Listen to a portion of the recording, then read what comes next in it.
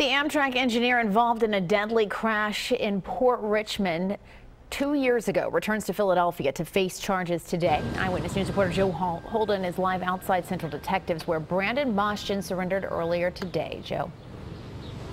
And Jess, it was a dramatic scene as Bastian and his attorney walked down the street, met by the media and also met by detectives from the state attorney general's office.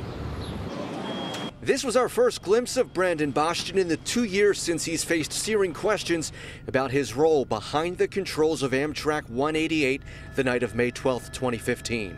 You guys have anything to say? Bastian, with his attorney, who hasn't returned calls from reporters for practically all of that time, attempted to avoid the 12.5 members of the press. The pair zigzagged back and forth silently. Brandon, you gotta take it. And then a surreal moment. Bastian, who apparently agreed to surrender to state detectives, was placed under arrest as cameras rolled 30 feet from the door of the Central Detectives Division. He now awaits arraignment on 8 charges of involuntary manslaughter and causing a catastrophe.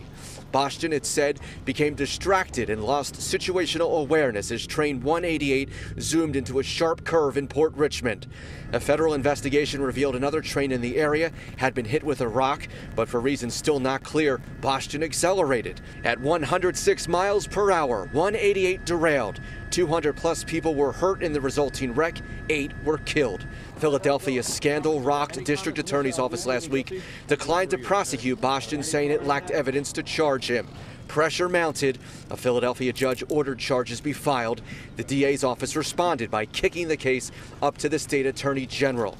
Tom Klein represents families of victims in the derailment. We were shocked and dismayed that the district attorney's office didn't even decide to charge Mr. Bastian with a speeding ticket. And we needed, under these circumstances, to take matters into our own hands. Now, at this time, it remains unclear when Brandon Bastian will actually be arraigned on these felony charges, and if, once he is arraigned, if he will make bail. We understand his attorney still remains all of these hours later in Central Detectives behind us, as does Mr. Bastian. Coming up on Eyewitness News at 6, reaction from families of the victims of the 188 railway disaster. I will see you in about an hour. Live in the Spring Garden section of Philadelphia, I'm Joe Holden, CBS 3 Eyewitness News. Thank you, Joe.